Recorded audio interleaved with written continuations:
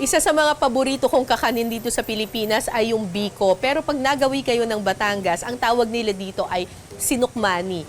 In fact, tuwing June sa bayan ng Rosario sa Batangas, meron silang tinatawag na Sinukmani Festival.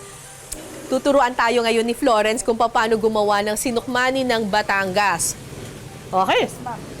Mahirap daw itong gawin eh. Yes. Okay, start na tayo.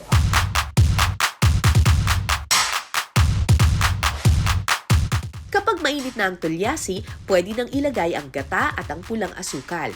Wow, ang daming asukal. Kaya ang biko ay brown yung color. Yan, yung brown sugar na nagbibigay ng kulay sa kanya. Okay, hahalu-haluin lang.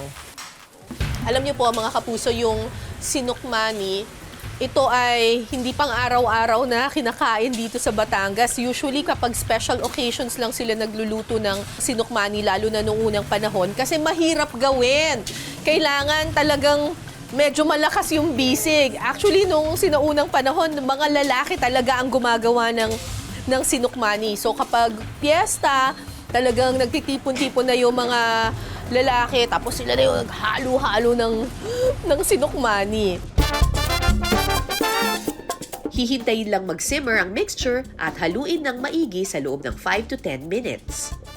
So, ang gusto nating makuha na consistency dito, yung malapot na siya talaga. So, one way of telling that ay yung sandok.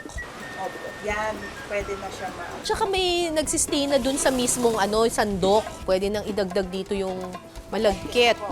Lahat po to. Yes, ma'am. Wow.